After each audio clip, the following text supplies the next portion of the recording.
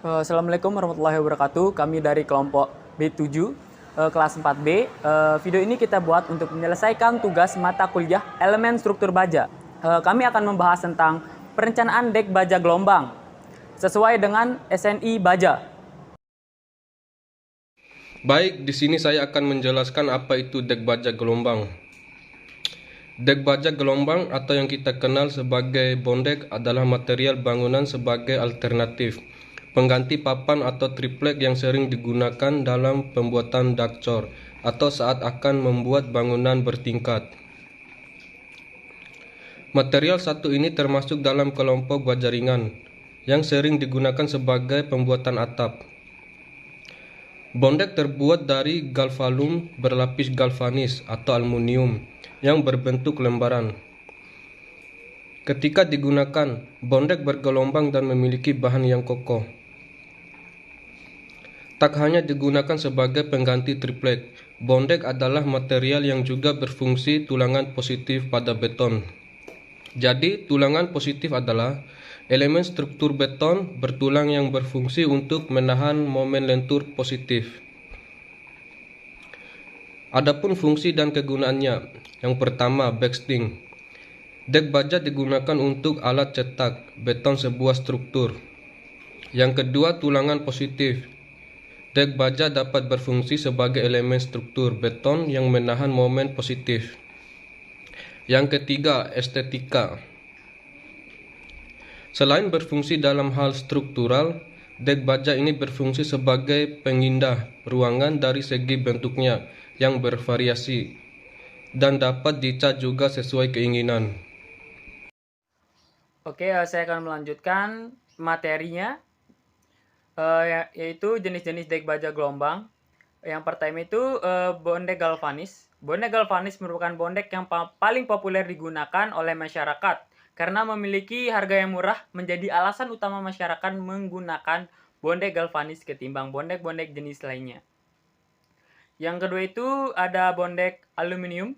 Bondek aluminium memiliki beberapa kelebihan. Yang pertama itu tahan karat, bobotnya ringan sehingga dapat mengurangi beban struktur bangunan. Bondek aluminium juga cukup lunak sehingga sungguh mudah untuk dibentuk.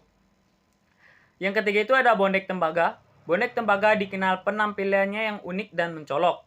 Keunggulan dari bondek tembaga adalah penampilannya yang atraktif, tahan lama, tahan korosi, ringan, mudah untuk dipasang. Namun, bondek tembaga harganya cukup mahal. Selanjutnya itu ada bondek seng, yang keempat. Sama seperti bondek tembaga, bondek seng juga akan berubah warna seiring dengan berjalannya waktu. Bondek seng yang digunakan sekarang ini belum ada lapisan pelindungnya, yang akan mengubah tampilan seng bondek. Seng sangat atraktif. Ketika seng terkena karbon dioksida dan kelembapan udara, secara alami seng akan membentuk sebuah lapisan pelindung karbonat. Hasilnya seng akan berubah warna menjadi biru keabu-abuan. Karena ada lapisan pelindung alami, seng tentu akan tahan lama terhadap karat. Oleh karena itu, bondek seng cocok digunakan jika kita memiliki rumah itu di pesisir pantai atau di dataran rendah. Selain itu, bondek seng juga memiliki umur yang panjang. Yang kelima itu ada bondek baja. Bondek baja sudah banyak digunakan di gedung-gedung perkantoran selama bertahun-tahun, namun akhir-akhir ini populer digunakan di rumah-rumah karena harganya yang terjangkau, awet, dan mudah merawatnya.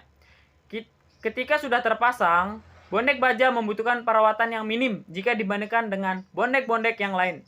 Bondek baja akan maksimal fungsinya jika kebersihannya dijaga. Materi selanjutnya itu tentang ukuran bondek. Dihitung berdasarkan dimensi panjang, lebar, serta ketebalannya. Bagian ini akan menjelaskan ukuran bondek secara lengkap untuk membantu Anda untuk mengukur kebutuhan bondek yang nantinya akan digunakan. Panjang bondek yang ada di toko, agen, atau pabrik bondek bervariasi. Dimulai dari yang terpendek adalah 3 meter. Selanjutnya itu 4 meter, 5 meter, hingga 6 meter. Untuk lebarnya biasanya dijual di toko bervariasi, mulai dari lebarnya 60 cm. Yang kedua itu 70 cm, selanjutnya 80 cm, hingga yang paling lebar itu 100 cm.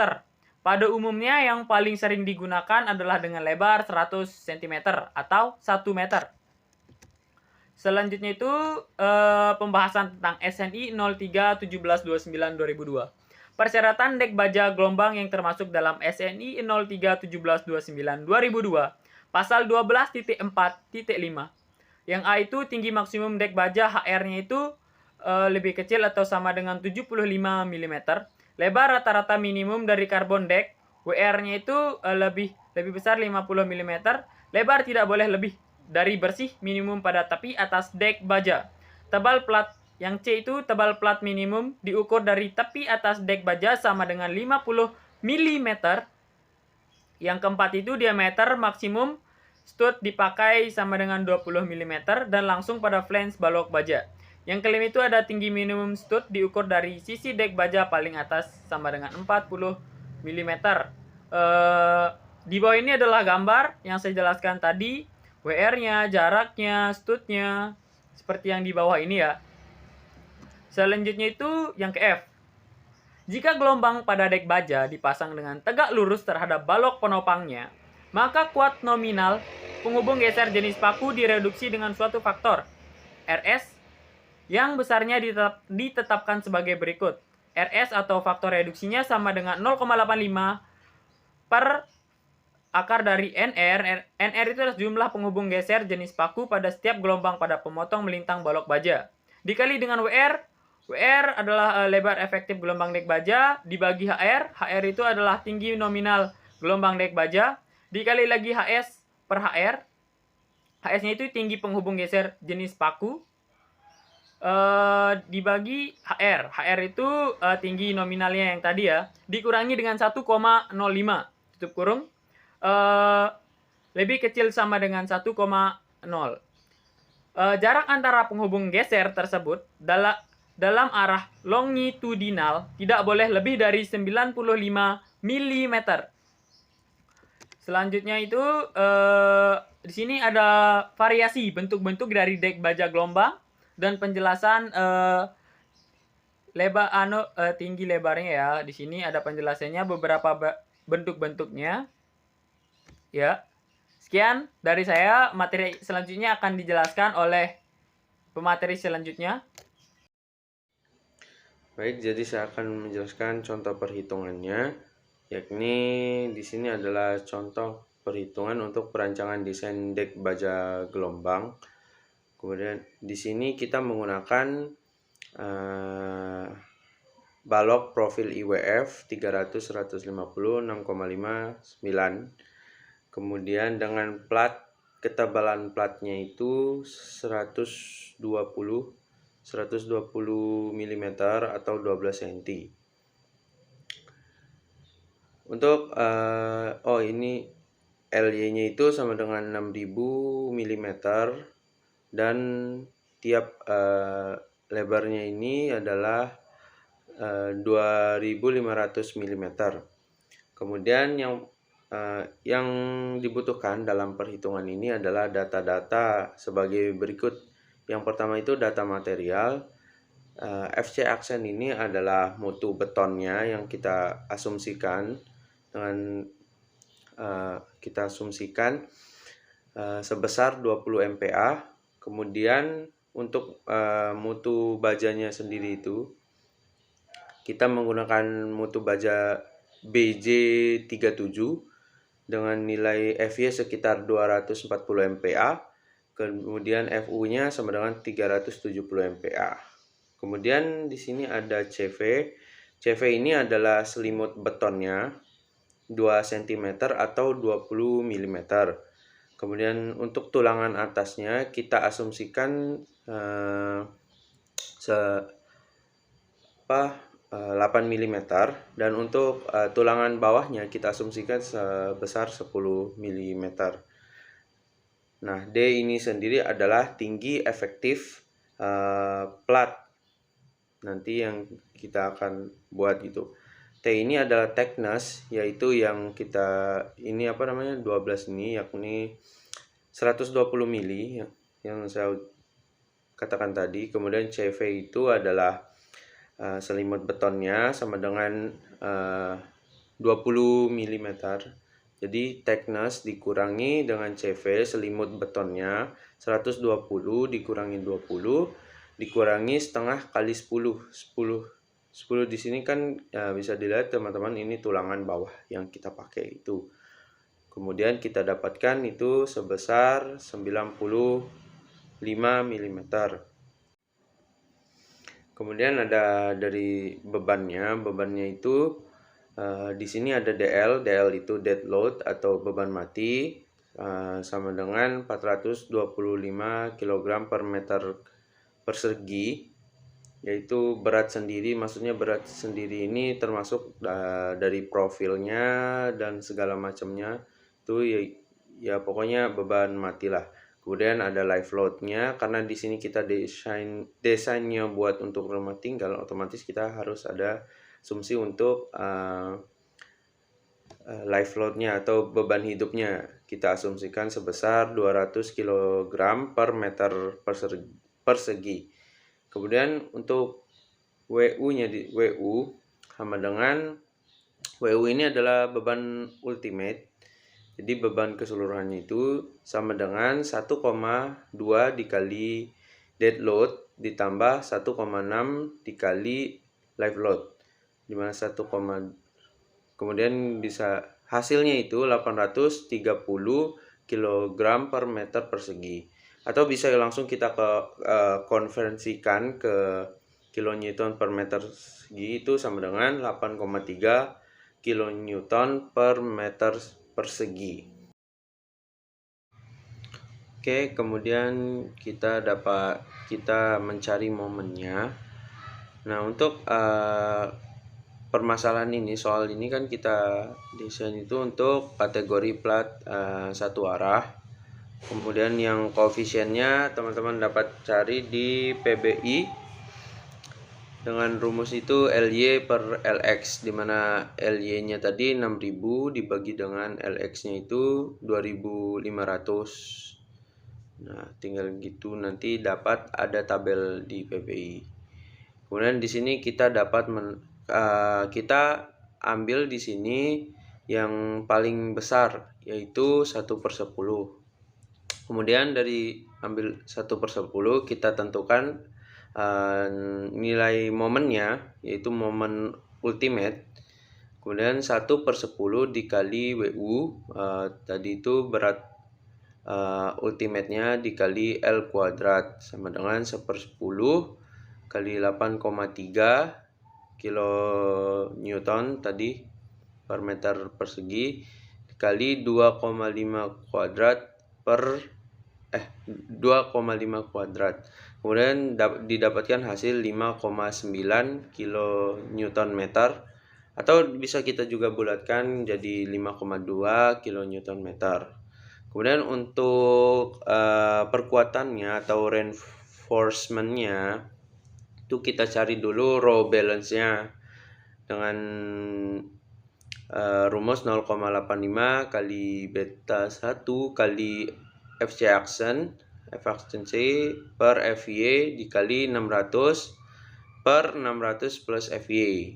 Nah, ini udah tetapannya itu beta satunya itu 0,85 kali 0,85 kali 20 tadi FC actionnya kita udah data yang kita dapat dari data tadi.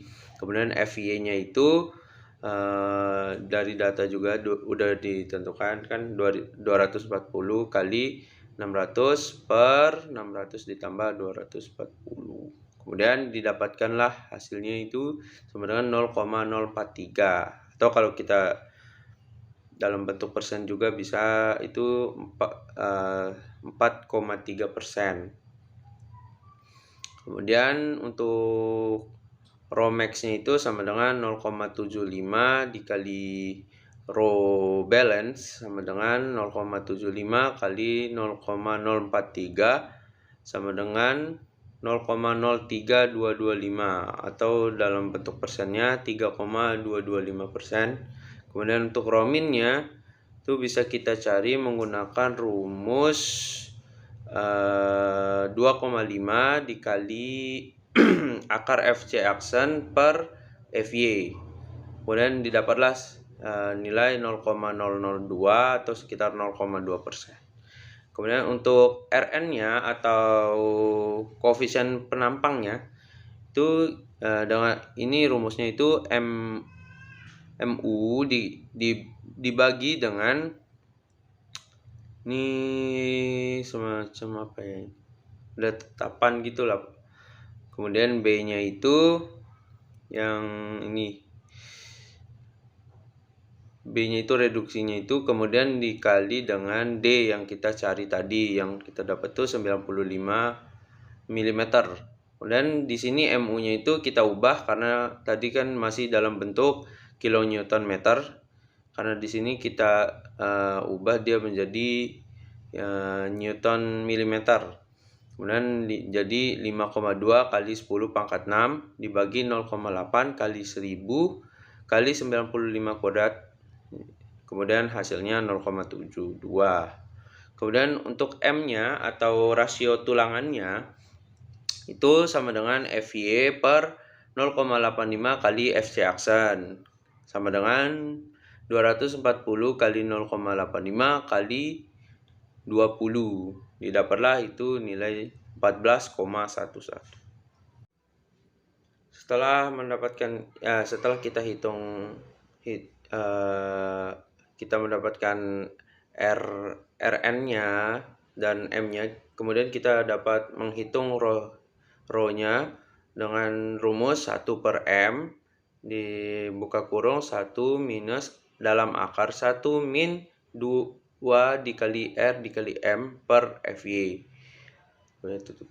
Nah, 1 per M tadi M-nya udah didapat 14,11, jadi 1 per 14,11 dikali dengan buka kurung 1 minus akar 1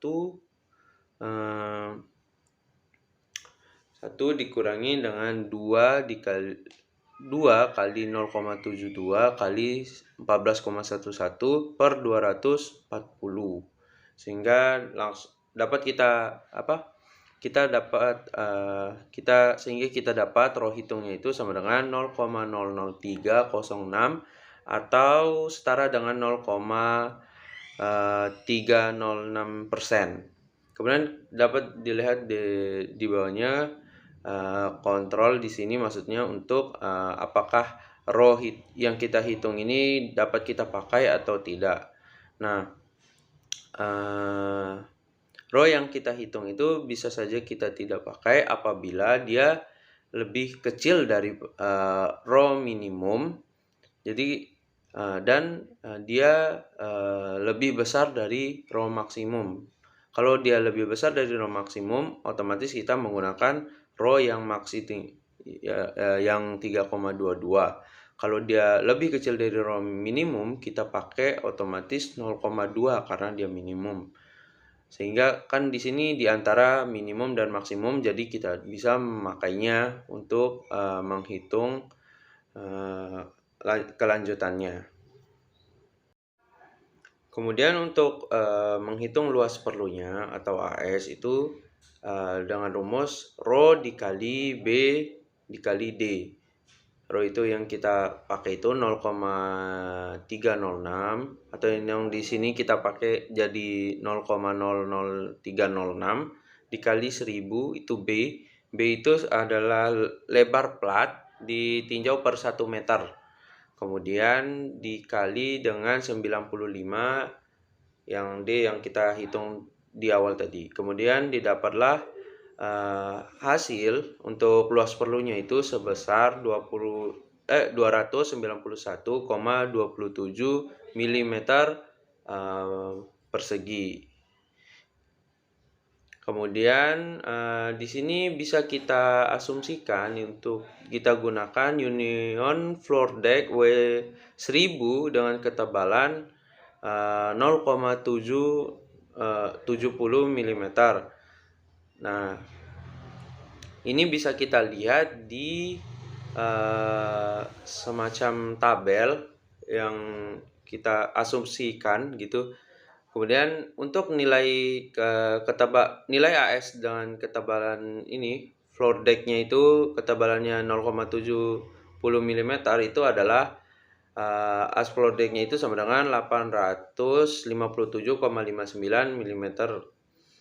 Nah, untuk kontrol bisa kita lihat itu as floor deck yang kita akan gunakan itu lebih besar nilainya daripada AS yang luas perlu yang kita hitung, sehingga ini jauh jadi sehingga bisa kita gunakan gitu. Kemudian untuk mendesain tulangan atasnya, kita gunakan rumus AS sama dengan rho min dikali B dikali D. Sama dengan D di sini kita menggunakan teknas karena posisinya itu untuk tulangan atas.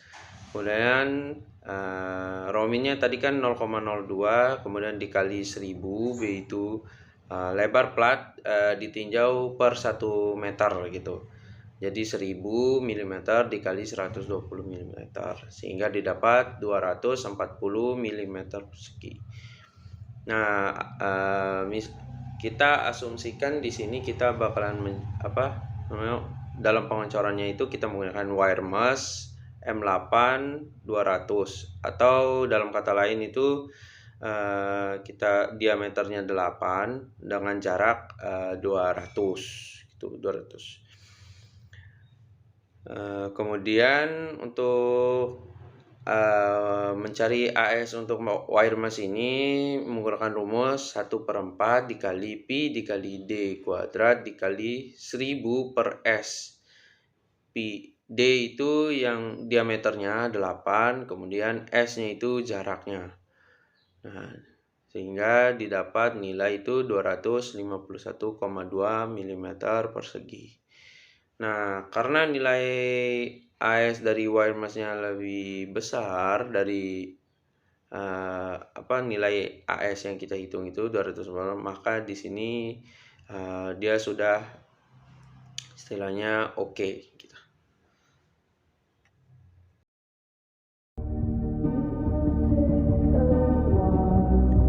Hidup kesepian tanpa kekasih. Cukup sekian dan terima kasih.